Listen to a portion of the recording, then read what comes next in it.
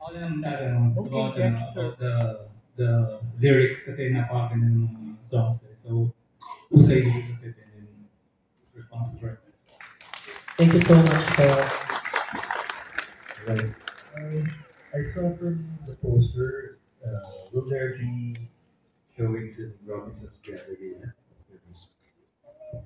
Yes, we have arrangement doon sa kanilang cinema but hindi pa siya nag-materialize. We started actually last year. So right now uh, we talked about this and we need to have a firm or decision from the management of Robinsons.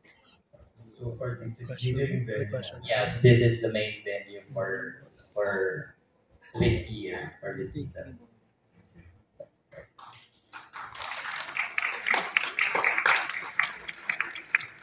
I just like to know how you assemble the cast.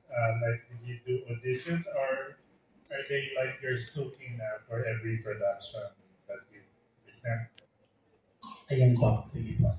With regards to our cast, every season of Kids Acts Philippines, I've been with Kids Acts 4 seasons, 5 seasons na po, and every year we discover new people.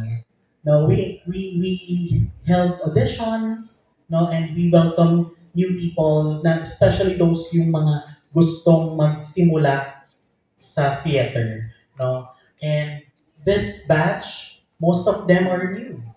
Most of them are new actors. And we're happy and proud to present them to you because they really work hard for this musical.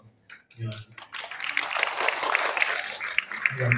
So also we have some actors here who came from our previous shows. Of course, they auditioned and we did the process, and then some of our actors also are our scholars before. Like for example, our Maria Makiling, yeah, Chris. Yeah. Si Chris po ay dati naming scholar sa Kids Acts, no? Si Chelsea also. Here's Chelsea. And of course, Haya. Yan, mga scholars na po namin dati. And of course, Allen. Yan, mga dati po naming scholars. So nagsimula po sila, ganyan pa po sila. Tinuturuan namin sila sa workshop. Ganyan po kami dati pa. No? So ngayon, mas malalaki na po sila sa amin. So yun po yung mix ng aming mga actors. No? So every season, we do auditions, we process it, pinipili po namin maigi, syempre para bumagay doon sa material na ginawa ng aming mga teachers, no po, para magandang lumabas po at maipakita sa inyo yung show. Good evening. I'd like to make some clarifications. I'd like to ask the main sources of the play. Rizal, as I remember, Rizal described Maria Makiling as half nymph, meaning half goddess and half human. And then the father of Maria, Maria Makiling, told her to go back to the land of the humans, if I heard correctly, meaning parang land of the gods and goddesses pa yun. And then it's also about the war, the outbreak of the war, no? The announcement, which dismayed the townspeople, no? And I just like to know the effect of the war, no? Why Maria got got into a crisis and left the land of the humans. No? Yes, yung version kasi ni Jose Rizal, it's more of the Bacala.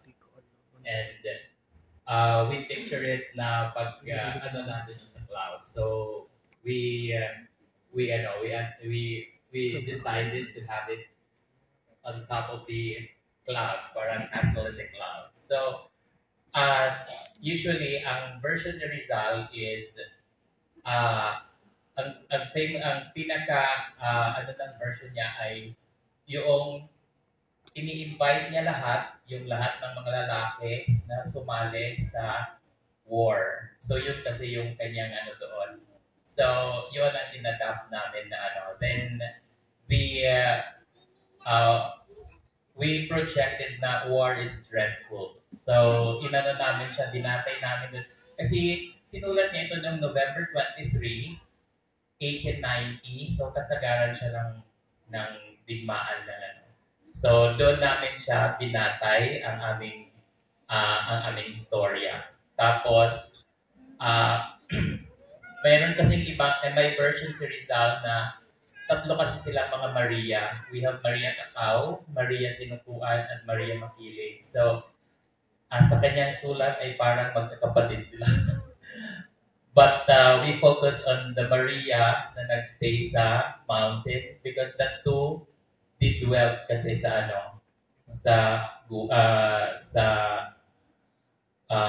cave. So ito lahat ng makikita nyo ay version ni Jose Rizal. So yung pagbigay ng yung ginger na nagiging gold sa kanya kasi galing yan. Tapos si Maria na nagpapanggap ng isang bata, isang matanda. So, yun ang life niya nung nandun siya sa, parang sa human world. Tapos, nakilala niya si Juan, yun nga, dahil mahilig si Maria magbigay ng mga tulong sa ano, so parang naantig si Juan. So, hanggang sinundan niya doon sa taas, so, nagkapanatagan ng loob. Tapos, hindi kasi siya accepted si Maria nga na pwede silang ikasal for that reason. So, kaya diretso siya ng kanyang nanay magpakasal kay Dalisay. So, yun ang naging nag-fly back siya sa ano. Pero pagbalik niya, pinapayagan pa naman siya pero as a guardian of the mountain. Tapos yung ending namin, isinama na rin namin yung legend mismo ng mga taga-Laguna na pag ginawa nila yung Mount Makiling, pag kanilang dinestroy, yung tubig galing sa ilalim, di ba, parang magkakaroon siya ng malaking flood the entire Laguna. So yung warning namin for environment, yun ang ni Rizal ni Maria Makiling, yung warn niya sa ating lahat to love, of course, our environment. Thank you.